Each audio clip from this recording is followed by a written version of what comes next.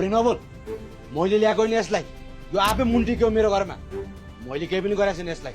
हावा कुरा नबोल दाजु, तिमीलाई यिनको बट्टीमा हिँडै हाल्दै छ। घर जान नसाउनी मलाई तिम्रो कोठामा लैजाऊ भनेको केही कानले सुन्या हो। यसको मतलब के? यसलाई मेरो छोराले बिहे गरेकै हुन्छ? एउटा एक्लै बसेको आइमेको कोठामा जाड खाएर गएको मान्छेले केही गरेन भनेर हामी पत्याउँछौँ? त्यही पनि यो साउनीले सबै कुरा भनिसकिन हामीलाई। अब नस्वीकारेर हुन्छ, जसरी हुन्छ स्वीकार्नु पर्छ। यसलाई स्वीकार्नै पर्छ भने त बस। त धेरै बर्ता नहोइ गरिमा। तेरा जगल र सोल र केरा पछार्न नपरोस् मैले। चेले मेरो स्वास्नीको जगललाई लुसुन्जेल के म चाहिँ हेरेर बस्छु? आफ्नो छोरालाई लगाम लगाउनु छैन, अझ अर्काको स्वास्नीको जगल र लुच्छु पो भन्दैछ यो बुढी मौका। तिम्रो न्यायाधीश बन्न आएको यहाँ? तिम्रो सबलाई थाहा छ त यो हामी कस्तो खालको केटी हो भनेर। भट्टीको नाममा आफ्नो शरीर बेच्ने काम गर्छ। कहिलेदेखि मैले शरीर बेचेको? मलाई अपनाउनु पर्छ भनेर झुटो आरोप लगाउँदैछस्? झुटो आरोप लागेको होइन, सारा गाउँले नै थाहा छ तेरो चर्तिकाला हो कि भन्छ दारी। अब मलाई के थाहा त्यो कुरो त, तर सालनी त्यस्तै छैन है।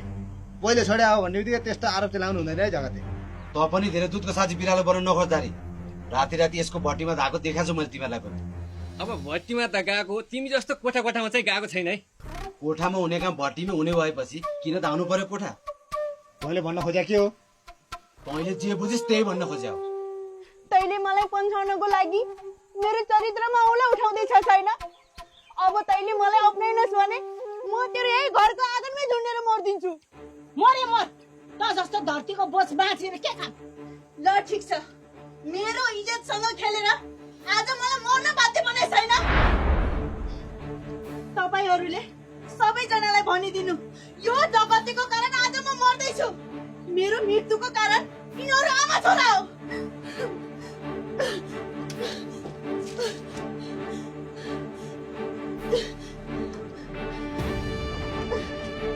लौ न, यो दिदी त साँच्चीकै मर्नलाई बचाउन कसैले। खबरदार, कसैले पनि मलाई बचाउन अगाडि आउने हैन।